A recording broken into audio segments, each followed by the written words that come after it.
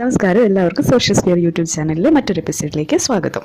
കഴിഞ്ഞ എപ്പിസോഡിൽ സോഷ്യൽ വർക്കിൽ രണ്ടു തരം മെത്തേഡായിട്ടുള്ള പ്രൈമറി മെത്തേഡ്, സെക്കൻഡറി മെത്തേഡ് എന്നിവയുടെ ഔട്ട്ലൈനാണ് പറഞ്ഞിട്ടുണ്ടായിരുന്നത്.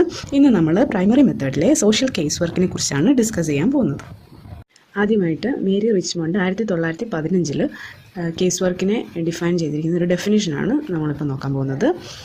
Social casework may be defined as the art of doing different things with different people, cooperating with them to achieve some of their own and society's betterment.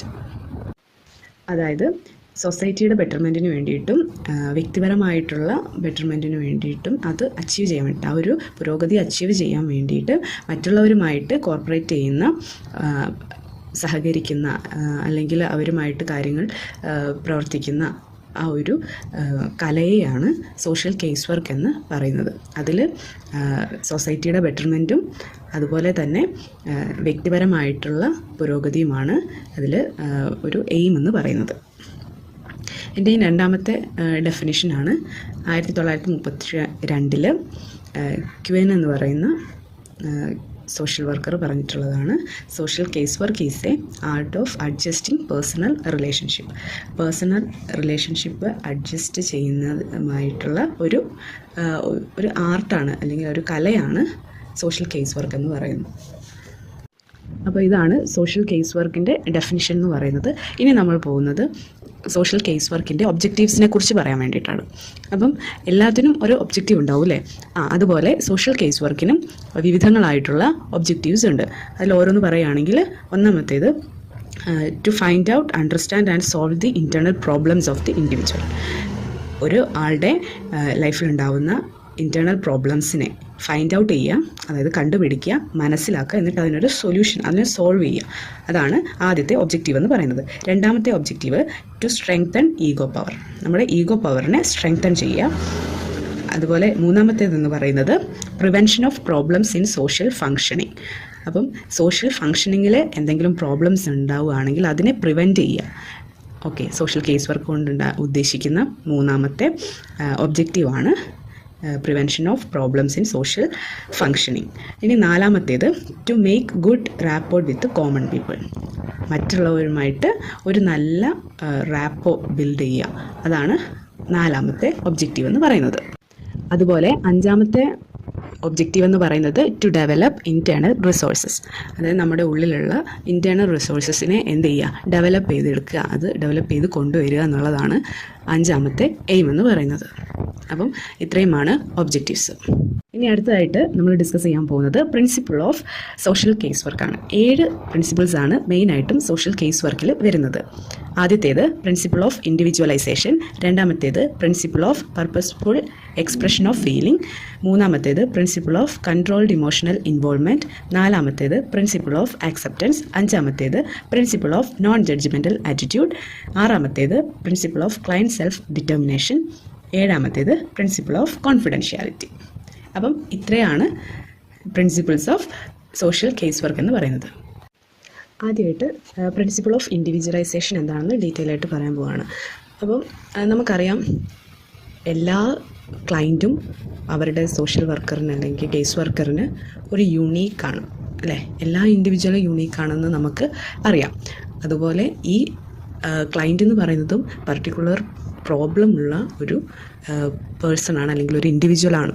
Okay, അപ്പോൾ ആ ഒരു കാര്യം മനസ്സിൽ വെച്ചുകൊണ്ട് ആ ഒരു ഇൻഡിവിജ്വലിന് അവരുടേതായിട്ടുള്ള ബിലീഫുകളുണ്ടാവും, റിലീജിയസ് ബിലീഫ് ഉണ്ടാവും. അതുപോലെ സോഷ്യലി അവരുടെ സ്റ്റാറ്റസ് വേറെ ആയിരിക്കും. എന്താണ്, നമുക്ക് നമ്മളുടെ ലെവലിൽ തന്നെ ആയിക്കൊള്ളുന്നില്ല. ചിലപ്പോൾ അതിൽ താന്നായിരിക്കും, ചിലപ്പോൾ അതിൽ കൂടുതലായിരിക്കും. സോഷ്യൽ സ്റ്റാറ്റസ് അവരവർക്ക് അവരുടേതായിട്ടുള്ളതുണ്ട്. അതുപോലെ പർട്ടിക്കുലർ കാസ്റ്റ് ഉണ്ട്. അങ്ങനെ വിവിധ തരം സ്ട്രെങ്ത് ആണെങ്കിലും വീക്ക്നെസ് ആണെങ്കിലും ഒക്കെ ഉള്ളൊരു പേഴ്സൺ ആണ് അല്ലെങ്കിൽ ഒരു വ്യക്തിയാണ് ഈ ക്ലയൻറ്റ് എന്ന് പറയുന്നത്. അപ്പോൾ നമ്മൾ അല്ലെങ്കിൽ ആ കേസ് വർക്കർ അവരുടെ എല്ലാ തരത്തിലുമുള്ള സ്ട്രെങ്ത്തിനെയും വീക്ക്നെസ്സിനെയും എന്ത് ചെയ്യണം, ആക്സെപ്റ്റ് ചെയ്ത് മുന്നോട്ട് പോകണം. അതാണ് ആ ഒരു അംഗീകരിക്കണം. അതാണ് അതിനെ, ആ ഒരു ഇൻഡിവിജ്വലിനെ, ആ ഒരു പർട്ടിക്കുലർ ഒരു വെറും ഒരു ഇൻഡിവിജ്വൽ അല്ല, പക്ഷേ ആ ഒരു ഇൻഡിവിജ്വാലിറ്റിയെ നമ്മൾ എന്ത് ചെയ്യണം, മാനിക്കണം. അതാണ് പ്രിൻസിപ്പിൾ ഓഫ് ഇൻഡിവിജ്വലൈസേഷൻ കൊണ്ട് ഉദ്ദേശിക്കുന്നത്. അടുത്തതായിട്ട് പറയുന്ന പ്രിൻസിപ്പിളാണ് principle of purposeful expression of feeling എന്ന് പറയുന്നത്. നമ്മുടെ ക്ലയൻറ്റ് നമ്മുടെ ഫ്രണ്ടിൽ വന്ന് ഇരിക്കുകയാണ്. അവർക്ക് ഒരുപാട് വിഷമങ്ങളും കാര്യങ്ങളും ഒക്കെ ഉണ്ടാവും. അവരുടെ ചിലപ്പോൾ അത് ഫാമിലി പ്രോബ്ലംസ് ആവാം, മറ്റെന്തെങ്കിലും വിഷയങ്ങളൊക്കെ ആയിരിക്കാം. അപ്പോൾ അവരുടെ ഉള്ളിൽ ഒരുപാട് ഫീലിങ്സ് ഉണ്ട്. പക്ഷേ അവരത് എന്ത് ചെയ്യണം, എക്സ്പ്രസ് ചെയ്യണം അല്ലേ?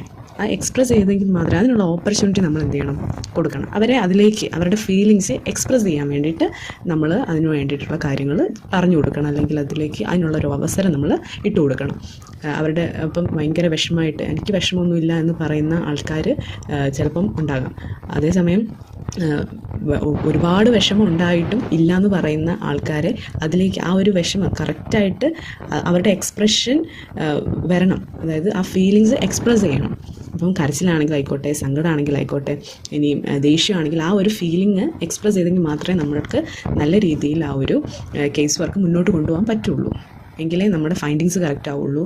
നമ്മുടെ അതുപോലെ തന്നെ സൊല്യൂഷൻ കൊടുക്കണമെങ്കിൽ അതിൻ്റെ മെത്തേഡ്സ്, അതിൻ്റെ ട്രീറ്റ്മെൻറ്റ് മെത്തേഡ്സ് അല്ലെങ്കിൽ ഇൻ്റർവെൻഷൻസ് കറക്റ്റ് ആവുകയൊക്കെ ചെയ്യണമെങ്കിൽ അവരുടെ ഫീലിങ്സിനെ എക്സ്പ്രസ് ചെയ്ത് നമുക്കത് മനസ്സിലാകണം. അതിനുള്ള അവസരം നമ്മൾ എന്ത് ചെയ്യണം, ആ ഒരു ക്ലയൻറ്റിന് കൊടുക്കണം. അതാണ് principle of purposeful expression of feelings എന്ന് പറയുന്നത്. ഓക്കെ, മനസ്സിലായെന്ന് വിചാരിക്കുന്നു. അടുത്തതായിട്ട് principle of controlled emotional involvement. ഇതിനെക്കുറിച്ച് പറയുകയാണെങ്കിൽ നമ്മളത് നമ്മുടെ ക്ലയൻറ്റ് ഫ്രണ്ടിലിരിക്കുകയാണ്. ആൾ ഭയങ്കരധികം സങ്കടത്തോടെ വന്ന് നമ്മുടെ മുമ്പിലിരുന്ന് അവരുടെ വിഷമങ്ങളും കാര്യങ്ങളും ഒക്കെ പറയുകയാണ്. അപ്പോൾ നമ്മൾ കേൾക്കൂലേ, നമ്മൾ ആക്റ്റീവ് ലിസൺ ചെയ്യേണ്ട ആൾക്കാരാണ്. അപ്പം നമ്മളത് കേട്ടിട്ട് നമ്മളത് ഒരിക്കലും മനസ്സിലോട്ട് എടുത്തിട്ട് നമ്മുടെ ഇമോഷൻസ്, നമുക്കത് കേൾക്കുമ്പോൾ ചിലപ്പോൾ സങ്കടമായെന്ന് വരാം, മനുഷ്യനാണ്, അപ്പം പെർഫെക്റ്റ് ഒന്നും അല്ല, പക്ഷേ എന്നാലും നമുക്ക് ആ സങ്കടമൊക്കെ വരാം. പക്ഷേ അതൊരിക്കലും നമ്മൾ എന്ത് ചെയ്യരുത്, ആ ക്ലയൻറ്റിൻ്റെ മുമ്പിൽ നമ്മളത് കാണിക്കാൻ പാടില്ല. നമ്മളത് കൺട്രോൾ ചെയ്യണം. നമ്മുടെ ഫീലിങ്സോ ഇതൊന്നുമല്ല അവിടെ മെയിൻ എന്ന് പറയുന്നത്. ഒരാൾ പറയുന്ന സങ്കടം താങ്ങാൻ നമുക്കാവില്ലെങ്കിൽ നമുക്ക് അയാളെ ആശ്വസിപ്പിക്കാൻ കഴിയുമോ? ഇല്ല, ഒരിക്കലും ഇല്ല അല്ലേ? അപ്പോൾ നമ്മൾ ആ ഒരു വ്യക്തിയുടെ ഇമോഷൻസ് ഒക്കെ അവർ പറയുന്ന കാര്യങ്ങൾ നമുക്ക് മനസ്സിലാക്കിയിട്ട് നമ്മളതൊരിക്കലും അവരുടെ കൂടെ ഇരുന്ന് കരയുന്നവർ ആകരുത്. അതൊരിക്കലും നല്ലൊരു കേസ് വർക്കറിൻ്റെ സൈൻ അല്ല. നല്ലൊരു കേസ് വർക്കർ ആവണമെങ്കിൽ നമ്മൾ നന്നായിട്ട് ആ ഒരു പേഴ്സണെ കൈകാര്യം ചെയ്യാൻ പഠിക്കണം. ഓക്കെ, അത് വളരെയധികം ഇമ്പോർട്ടൻ്റ് ആണ്. നമ്മുടെ ഇമോഷൻസിനെ നമ്മൾ കൺട്രോൾ ചെയ്യണം. അതൊരിക്കലും ക്ലയൻറ്റിൻ്റെ മുമ്പിൽ ഷോ ചെയ്യാൻ പാടില്ല. അതാണ് principle of controlled emotional involvement എന്ന് പറയുന്നത്. അടുത്തതായിട്ടുള്ള പ്രിൻസിപ്പിളാണ് പ്രിൻസിപ്പിൾ ഓഫ് ആക്സെപ്റ്റൻസ് എന്ന് പറയുന്നത്. പ്രിൻസിപ്പിൾ ഓഫ് ആക്സെപ്റ്റൻസ് എന്ന് പറയുന്നത് ആ ഒരു ക്ലയൻറ്റിന് അവരുടേതായിട്ടുള്ള ചിന്താഗതികളുണ്ടാകും, അവരുടെ കാരണങ്ങളുണ്ടാകാം, ഒരു പ്രോബ്ലത്തിന് അവർക്ക് എന്തെങ്കിലും ഒരു കാര്യം പറയാനുണ്ടാകും. അതെല്ലാം നമ്മൾ കേൾക്കണം, അവരെ റെസ്പെക്റ്റ് ചെയ്യണം, മ്യൂച്വൽ റെസ്പെക്റ്റ് ചെയ്യണം. അപ്പോൾ അവരുടെ ആ കാര്യങ്ങളെല്ലാം നമ്മൾ ആക്സെപ്റ്റ് ചെയ്ത് മുന്നോട്ട് പോകണം. എങ്കിലേ നമുക്കിത് നല്ലൊരു ഇഫക്റ്റീവായിട്ടുള്ളൊരു കേസ് വർക്ക് പ്രോസസ്സിലേക്ക് നമുക്കത് കൊണ്ടുപോകാൻ പറ്റത്തുള്ളൂ. അതാണ് പ്രിൻസിപ്പിൾ ഓഫ് ആക്സെപ്റ്റൻസ് എന്ന് പറയുന്നത്. അടുത്തതായിട്ട് principle of non judgemental attitude. ഇപ്പം ഒരു ക്ലയൻറ്റ് നമ്മുടെ മുമ്പിലിരിക്കുന്നു, ഭാര്യയും ഭർത്താവുമാണ്, അല്ലെങ്കിൽ മറ്റേതെങ്കിലും കേസിലെ പ്രതിയാണ്, ഓക്കെ, അങ്ങനെ എന്തെങ്കിലും കാര്യങ്ങളൊക്കെ ഉണ്ട്. അപ്പം നമ്മൾ ഒരിക്കലും ഒരു ജഡ്ജ്മെൻ്റൽ ആറ്റിറ്റ്യൂഡിൽ അവരുടെ മുമ്പിൽ ഇരിക്കാൻ പാടില്ല. ഇവരിത് ചെയ്തിട്ടല്ലേ വന്നേ, അപ്പോൾ ഇവരിങ്ങനെ ആയിരിക്കും എന്നൊരു തിങ്കിങ് പാടില്ലെന്നാണ് നമ്മുടെ പ്രിൻസിപ്പിൾ പറയുന്നത്. നമ്മുടെ തത്വം അതാണ്. നമ്മളത് ഫോളോ ചെയ്യണം. ഇന്ന ഒരു മൈൻഡോട് കൂടെ നമ്മളത് ചെയ്യുകയാണെങ്കിൽ ഒരിക്കലും നമ്മൾ ആ കേസ് ഏറ്റെടുക്കാൻ പാടില്ല. അത് ഒന്നെങ്കിൽ എന്ത് ചെയ്യണം, അത് മറ്റുള്ളവർക്ക് റെഫർ ചെയ്യുക, അല്ലെങ്കിൽ എനിക്ക് പറ്റത്തില്ലെന്ന് പറഞ്ഞ് അത് ഒഴിയുക, അല്ലെങ്കിൽ മറ്റുള്ളവരിലേക്ക് അത് റെഫർ ചെയ്ത് കൊടുക്കുക. ഇത് ഏതെങ്കിലും ഒന്ന് നമുക്ക് ചെയ്യാൻ വേണ്ടിയിട്ട് പറ്റും. അപ്പോൾ തന്നെ അത് ടെർമിനേറ്റ് ചെയ്തോണം. കാരണം അങ്ങനെ ഒരു ലെവലിലോട്ട് നമുക്ക് ഒരു കേസ് വർക്കർ എന്ന രീതിയിൽ നമുക്ക് ആ വ്യക്തിയെ സകല രീതിയിലും ആക്സെപ്റ്റ് ചെയ്ത് നോൺ ജഡ്ജ്മെൻ്റലായിട്ട് മുന്നോട്ട് പോയെങ്കിൽ മാത്രമേ അതൊരു മീനിങ് ആവുകയുള്ളൂ. അതുകൊണ്ട് നമ്മൾ ഒരിക്കലും ഇന്നയാൾ ഇവനിങ്ങനെയാണ്, അതുകൊണ്ട് ഇവൻ്റെ ഭാഗത്ത് ഇങ്ങനെ വരത്തുള്ളൂ, ഇവന് ഒരു മുൻധാരണ ഉണ്ടാവുമല്ലോ, അങ്ങനെ നമ്മൾ ഒരിക്കലും ജഡ്ജ് ചെയ്തുകൊണ്ട് ഒരു കേസ് എടുക്കാൻ പാടില്ല. അപ്പം അങ്ങനെ ഒരു നോൺ ജഡ്ജ്മെൻ്റൽ ആറ്റിറ്റ്യൂഡായിരിക്കണം നമ്മൾ കൊടുക്കേണ്ടത്. അവരങ്ങനെയാണെങ്കിൽ അവരുടെ ഭാഗത്തുനിന്ന് നമ്മൾ ചിന്തിക്കണം എന്നാണ് മെയിൻലി പറയുന്നത്. അപ്പം നമ്മൾ നോൺ ജഡ്ജ്മെൻറ്റ്, അവരിങ്ങനെ ആവുള്ളൂ, അവർക്കിതൊരിക്കലും ചെയ്യാൻ പറ്റില്ല എന്നുള്ളൊരു ലെവലിലോട്ട് നമ്മൾ ആ ഒരു ആറ്റിറ്റ്യൂഡ് കൊണ്ട് നടക്കരുത്. പകരം നമ്മളതിനെ നോൺ ജഡ്ജ്മെൻ്റലായിട്ട് കൊണ്ടുപോകണം. ഓക്കെ, ഇതാണ് principle of non judgemental attitude എന്ന് പറയുന്നത്. അടുത്ത പ്രിൻസിപ്പിളാണ് principle of client self determination എന്ന് പറയുന്നത്. ഇതെന്ന് പറയുന്നത് നമ്മുടെ ക്ലയൻറ്റ് ഇരിക്കുകയാണ്, പ്രോബ്ലം ഉണ്ട്, അതിന് നമ്മൾ സൊല്യൂഷൻസ് പലതും കണ്ടുപിടിക്കാൻ വേണ്ടി ട്രൈ ചെയ്യുന്നുണ്ട്. അതിൽ നമ്മൾ പറയുകയാണ് ഇന്നത് ചെയ്യണം എന്ന് പറയുക മാത്രമല്ല, ആ ക്ലയൻറ്റിനെ കൂടെ ഇതിനകത്തോട്ട് ഇൻവോൾവ് ചെയ്യിക്കണം. അവരുടെ ഡിസിഷൻ എന്താണ്, അവർക്കത് ചെയ്യാൻ പറ്റുമോ, അവർക്ക് ചെയ്യാൻ പറ്റുന്ന കാര്യങ്ങളാണോ എന്നുള്ള ഒരു അണ്ടർസ്റ്റാൻഡിങ്ങിൽ അവരുടെയും കൂടെ അണ്ടർസ്റ്റാൻഡ് ചെയ്തുകൊണ്ട് വേണം അവരുടെ തീരുമാനങ്ങളും കാര്യങ്ങളും ഒക്കെ ഈ ഒരു ഡിസിഷൻ മേക്കിങ്ങിൽ നമ്മൾ ഉൾപ്പെടുത്തണം. അതാണ് principle of client self determination എന്ന് പറയുന്നത്. അടുത്ത പ്രിൻസിപ്പിൾ എന്ന് പറയുന്നത് പ്രിൻസിപ്പിൾ ഓഫ് കോൺഫിഡൻഷ്യാലിറ്റിയാണ്. ഇത് ഏറ്റവും ഇമ്പോർട്ടൻ്റ് ആയിട്ടുള്ള ഒരു പ്രിൻസിപ്പിളാണ് സോഷ്യൽ കേസ് വർക്കിൽ. ഇതിൽ പറയുന്നത്, ഒരു ക്ലയൻറ്റ് നമ്മുടെ മുമ്പിൽ വന്നിരിക്കുകയാണ്. അദ്ദേഹം ഒരുപാട് കാര്യങ്ങൾ നമ്മളുടെ അടുത്ത് പറയും. അവർക്ക് പറയാൻ പല കാര്യങ്ങളും ഉണ്ടാവും, പേഴ്സണലായിട്ട് ഒരുപാട് കാര്യങ്ങളുണ്ടാവും. അതെല്ലാം പറയണമെങ്കിൽ മാത്രമേ നമുക്ക് കറക്റ്റായിട്ട് അതിനുള്ള ഇൻ്റർവെൻഷൻസും കാര്യങ്ങളും ചെയ്യാൻ പറ്റത്തുള്ളൂ അല്ലേ.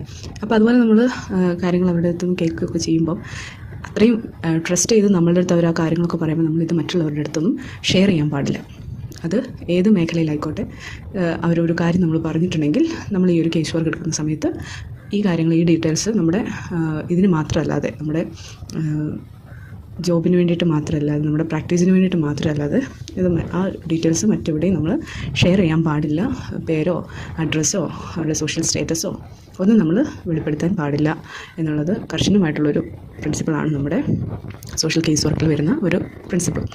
അപ്പോൾ ഇത് അത്രയും ട്രസ്റ്റ് ചെയ്യുന്നത് കൊണ്ട് നമ്മളാണെങ്കിലും, എക്സാമ്പിൾ പറയുകയാണെങ്കിൽ നമ്മൾ ഒരാളുടെ അടുത്ത് വിശ്വസിച്ചൊരു കാര്യം ഏൽപ്പിക്കുകയാണ്, അല്ലെങ്കിൽ പറഞ്ഞ് ഏൽപ്പിക്കുകയാണ്, ആരോടും പറയരുത് എന്നൊക്കെ പറഞ്ഞ് നമ്മൾ ഏൽപ്പിക്കുന്നൊരു കാര്യം മറ്റൊരാൾ പറഞ്ഞു കഴിഞ്ഞാൽ അത് നമ്മുടെ കൺസെൻറ്റ് ഇല്ലാതെ, ഒരു വ്യക്തിയുടെ കൺസെൻറ്റ് ഇല്ലാതെ എവിടെയും ഉപയോഗിക്കാൻ പാടില്ല. അത്രയ്ക്കും കോൺഫിഡൻഷ്യൽ ആയിട്ടുള്ളൊരു കാര്യമാണ് നമ്മളുടെ ലൈഫ് അല്ലേ.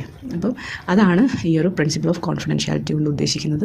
മറ്റൊരാൾ, ഒരു ക്ലയൻറ്റ് പറയുന്ന കാര്യങ്ങൾ പബ്ലിക്കായിട്ടോ എവിടെയും പറയാൻ പാടില്ല.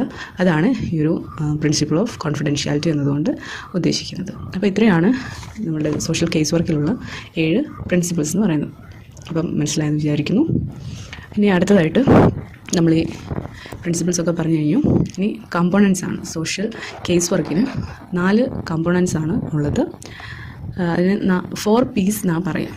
4 Pകൾ എന്നാണ് പറയുന്നത്. 4 P's എന്ന് പറയുമ്പം അതിൽ 4 P's ഉണ്ട്. ഏതൊക്കെ P ആണുള്ളതെന്ന് നമുക്ക് നോക്കാം. ആദ്യത്തെ P എന്ന് പറയുന്നത് പേഴ്സണാണ്.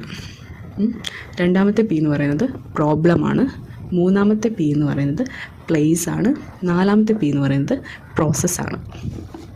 അപ്പോൾ പേഴ്സൺ, അത് ചിലപ്പോൾ മാൻ ആകാം, വുമൺ ആകാം, ചൈൽഡ് ആകാം, ഓൾഡർ പീപ്പിൾ ആവാം, ആരെങ്കിലും ആയിക്കോട്ടെ. അവർക്ക് എന്തെങ്കിലും ഒരു ഇഷ്യൂ ഉള്ള ഈ പീപ്പിൾ അല്ലെങ്കിൽ ഈ പേഴ്സൺസ്, അവരാണ് പേഴ്സൺ എന്നതുകൊണ്ട് റെപ്രസെൻ്റ് ചെയ്യുന്നത്. ഏതെങ്കിലും തരത്തിലുള്ള വിഷയമായിട്ട് വന്നിരിക്കുന്ന ആ ഒരു പേഴ്സണെയാണ് പേഴ്സൺ എന്നതുകൊണ്ട് ഉദ്ദേശിക്കുന്നത്. രണ്ടാമത്തേത് പ്രോബ്ലമാണ്. അത് ഒരാളുടെ ജീവിതത്തിൽ ഏത് തരത്തിലുള്ള ഒരു ഒബ്സ്റ്റാക്കിൾസ് വന്നാൽ ആയിക്കോട്ടെ, അത് എന്താണ്, ആ ഒരു വ്യക്തിക്കത് ഒരു പ്രോബ്ലമാണ്. നമുക്ക് ചിലർക്ക് ഫിനാൻഷ്യൽ പ്രോബ്ലം ആകാം, ചിലർക്ക് ഫാമിലി പ്രോബ്ലം ആകാം, ചിലർക്ക് സോഷ്യൽ പ്രോബ്ലംസ് ലൈക്ക് ആൽക്കഹോളിസം, അങ്ങനെയുള്ള പ്രോബ്ലംസ്, ഡ്രഗ് അബ്യൂസ്, അങ്ങനെയുള്ള പ്രോബ്ലംസ് ആകാം. ഓക്കെ, പല പ്രോബ്ലം ഉണ്ടല്ലേ. ഒരു കുട്ടിയുടെ ജീവിതത്തിലാണെങ്കിൽ സ്കൂളിലെ മാർക്ക് കുറയുന്നത്, അക്കാഡമിക്സിൽ മാർക്ക് കുറയുന്നത് ആ കുട്ടിയുടെ ഒരു പ്രോബ്ലമാണ്. അപ്പം ഓരോരുത്തർക്കും അവരുടേതായിട്ടുള്ള നിലയിൽ പല പ്രോബ്ലംസും ഉണ്ടല്ലേ. അപ്പം ആ ഒരു പർട്ടിക്കുലർ കാര്യത്തെയാണ് പ്രോബ്ലം എന്നതുകൊണ്ട് ഉദ്ദേശിക്കുന്നത്. അവരുടെ നീഡിൽ നിന്ന് അല്ലെങ്കിൽ അവരുടെ ഒബ്സ്റ്റാക്കിൾസിൽ നിന്ന് എറൈസ് ചെയ്യുന്ന കാര്യങ്ങളാണ് പ്രോബ്ലം എന്നുകൊണ്ട് ഉദ്ദേശിക്കുന്നത്. അടുത്തതാണ് പ്ലേസ്. പ്ലേസിൽ അത് ഉദ്ദേശിക്കുന്നത് സോഷ്യൽ ഏജൻസിയാണ്. പ്രൈവറ്റ് ഏജൻസി ഉണ്ടാകാം, പബ്ലിക് ആയിട്ടുള്ള agencies like family welfare organisation, അങ്ങനെയുള്ളതൊക്കെ. പിന്നെ NGO, പിന്നെ ഹോസ്പിറ്റൽസ്, സ്കൂൾസ്, ഇതെല്ലാം ഓരോ ഏജൻസികൾസാണ് അല്ലേ. അപ്പോൾ അതൊക്കെ ഓർഗനൈസേഷൻസ്, അങ്ങനെയുള്ളത് തന്നെയാണ് പ്ലേസ്. ഈ ഒരു പർട്ടിക്കുലർ സോഷ്യൽ കേസ് വർക്ക് നടത്തുന്ന ഒരു ഏജൻസി, അതാണ് പ്ലേസ് എന്നതുകൊണ്ട് ഉദ്ദേശിക്കുന്നത്. നാലാമത്തെ P ആണ് പ്രോസസ്സ് എന്ന് പറയുന്നത്. ഇത് ഒരു കേസ് വർക്കറും ക്ലയൻറ്റും ഉണ്ടാകുന്ന, അവരുടെ തമ്മിൽ നടക്കുന്ന ഒരു പ്രോഗ്രസീവ് ആയിട്ടുള്ള ട്രാൻസാക്ഷനാണ് പ്രോസസ്സ് എന്ന് പറയുന്നത്. അതിൽ ആദ്യം റാപ്പോ ബിൽഡ് ചെയ്യണം, അങ്ങനെയുള്ള കാര്യങ്ങൾ അതൊക്കെ പ്രോസസ്സിൽ പെടുന്ന കാര്യങ്ങളാണ്. അത് ഫ്രം റാപ്പോ ടു ടെർമിനേഷൻ വരെയുള്ളതാണ് പ്രോസസ്സ് എന്ന് പറയുന്നത്. അതിൽ നിന്നും അവർക്ക് എന്ത് കിട്ടണം, ആ ഒരു പ്രോബ്ലത്തിന് സൊല്യൂഷൻ കിട്ടണം, അങ്ങനെ അത് ടെർമിനേറ്റ് ചെയ്യാൻ പറ്റുള്ളൂ. പിന്നെ ഫോളോ അപ്പ് ഉണ്ട്, അങ്ങനെയുള്ള കാര്യങ്ങളൊക്കെ നടന്നു കഴിയുമ്പം അതിനെയാണ് പ്രോഗ്രസീവ് ആയിട്ടുള്ള ഒരു ട്രാൻസാക്ഷനാണ്. ആരൊക്കെ തമ്മിൽ, കേസ് വർക്കറും ക്ലയൻറ്റും തമ്മിൽ. ഇത്രയാണ് സോഷ്യൽ കേസ് വർക്കിനെ കുറിച്ച് ഓവറോളായിട്ട് പറയാനുള്ളത്. അപ്പോൾ നമ്മൾ ഇന്ന് നോക്കിയത് ഏതൊക്കെ ഭാഗങ്ങളാണ്? ഡെഫിനിഷനും ഒബ്ജക്റ്റീവ്സും നോക്കി, പിന്നെ പ്രിൻസിപ്പിൾസ് നോക്കി, പിന്നെ കോമ്പണൻസ് നോക്കി അല്ലേ. ഇത്രയാണ് സോഷ്യൽ കേസ് വർക്കിൽ മെയിനായിട്ടും പറയാനുള്ളത്. നെക്സ്റ്റ് വീഡിയോയിൽ നമുക്ക് അടുത്ത കാര്യം ഡിസ്കസ് ചെയ്യാം.